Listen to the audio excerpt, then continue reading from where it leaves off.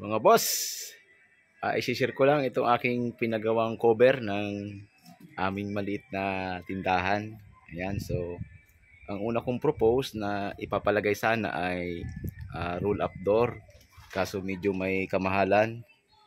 Kasi sa ganito kalaking sukat na ang lapad ay 1.1 meter at taas naman ay 1.8 meters, ang canvas ko ay umaabot ng 12,000 kasama na ang installation.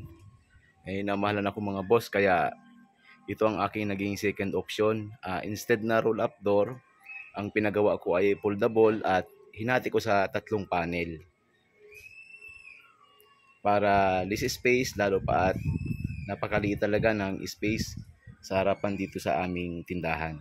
Yan. Open mo, Ming. Ayan, meron pa tayong model. Open mo nga, Ming. Yan. Yan.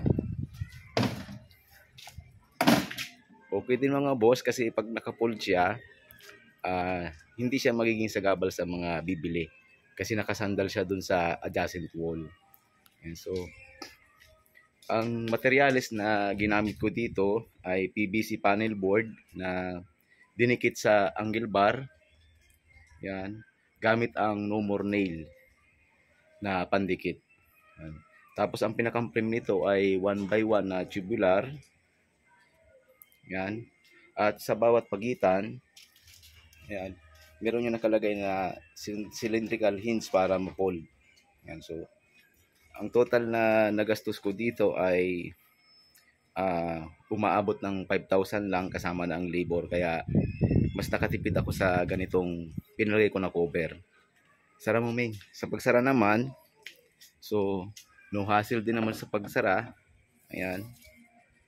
Yan, kapag isasara na natin, yan, dandahan lang, slow lang. Yeah, tingin ka muna, kaway muna. Kaway pa.